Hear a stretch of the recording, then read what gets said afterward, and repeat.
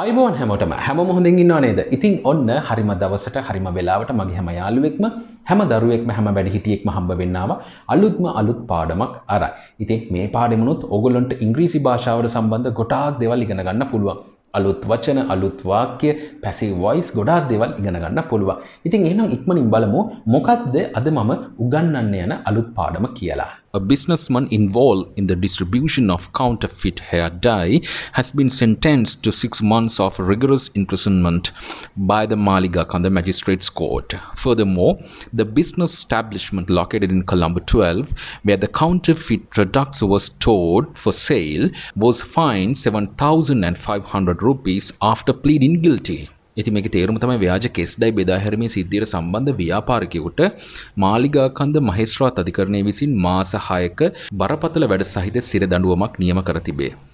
ඒ වගේම ව්‍යාජ නිෂ්පාදන විකිණීම සඳහා ගබඩා කර තිබූ කොළඹ 12 පිහිටි ව්‍යාපාරික ආයතනයට වරද පිළිගැනීමෙන් පසු රුපියල් 7500ක දඩයක් නියම කරන ලදී. හරි. ඉතින් මේකේ සරල තේරුම මේකයි. ඉතින් මේකේ බලමු අපිට ඉගෙන ගන්න තියෙන ඉංග්‍රීසි ලස්සන වචන මොනවාද කියලා. a businessman කියන අදහස දන්නවා. ව්‍යාපාරිකයෙක් කියන එක.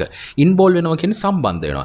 දැන් මේකේ තියෙනවා a businessman involved in the distribution. මේ distribution එකට සම්බන්ධ business කරන කෙනා කියන අදහස. distribution කියන්නේ බෙදා හැරීම. මොනවද මේ බෙදා හරින්නේ?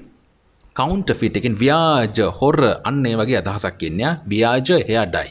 ඔයගොල්ලෝ දන්නවා මේ hair dye කියන්නේ මොනවද කියන එක. right ඔළුවේ ගන්න dye has been sentenced. මෙයාව නියම කරලා තියෙන මොකටද? to 6 months මාස 6ක 6 months of rigorous imprisonment. ඒ කියන්නේ මාස 6ක බරපතල වැඩ සහිත සිර දඬුවමක් නියම කරලා තියෙනවලු. right ඉතින් අන්න එක තමයි මෙයා නියම කරලා තියෙනවා කියන අදහස් තමයි මෙතන එන්නේ.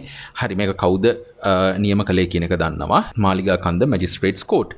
furthermore තව දුරටත් the business establishment මේ ව්‍යාපාරික ස්ථානය business establishment කොහෙද තියෙන්නේ? located in Colombo 12. කොළඹ 12 තමයි මේක තියෙන්නේ. ඒකේ තව විස්තර කරනවා where the counterfeit products were stored for sale. ඒ කියන්නේ මේ ව්‍යාජ නිෂ්පාදන මේ කොළඹ 12 තමයි මේක තිබ්බේ. මේ ආයතනය. ඒ කියන්නේ මේකේ මොනවද තිබ්බේ? මේ ව්‍යාජ නිෂ්පාදන.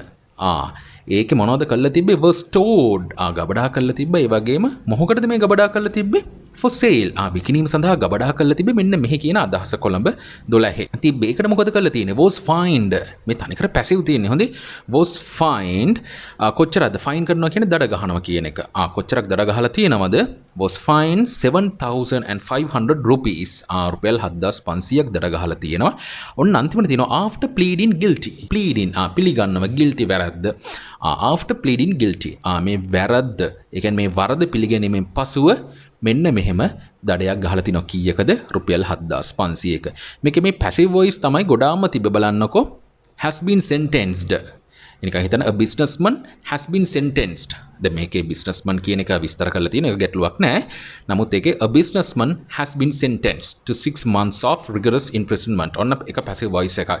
ඊට පස්සේ තියෙනවා the business establishment was fined. දඩ ගැහුවා කියන අදහස. මොකකටද දඩ ගැහුවේ?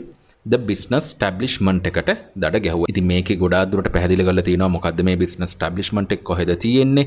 ඉතින් හැම දෙයක් මේකේ සරලම දේ තමයි the business establishment was fined 7,500 rupees after pleading guilty. ඉතින් මේවා මේ passive voice sentences. ඉතින් මේ වලින් ගොඩක් ඕගොල්ලොන්ට මේ සම්බන්ධ දේවල් ඉගෙන ගන්න පුළුවන්. ඉතින් මේකේ අලුත් වචන ටිකක් ඉගෙන ගන්න පුළුවන් වුණා. ඉතින් මම හිතනවා මේ වගේ නිවුස් පාවිච්චි කරලා ඕගොල්ලොන්ට ඉංග්‍රීසි භාෂාවේ ලස්සන වචන, ඒ වගේම විශේෂයෙන්ම මේ පැසිව් වොයිස් වගේ දේවල් හොඳට ඉගෙන ගන්න පුළුවන් කියලා. ඉතින් මම හිතනවා අද මම මේ උගන්වපු පාඩම තමන්ගේ ජීවිතයට ගොඩක් වටිනව ඇති කියලා. ගොඩක් වැදගත් වෙන්න ඇති කියලා. ඒ වගේ මතක් කරන්න ඕනේ මගේ නංගි රුවිනි සචිත්‍ර කරන Real Star Pro කියන YouTube channel එක තියෙනවා.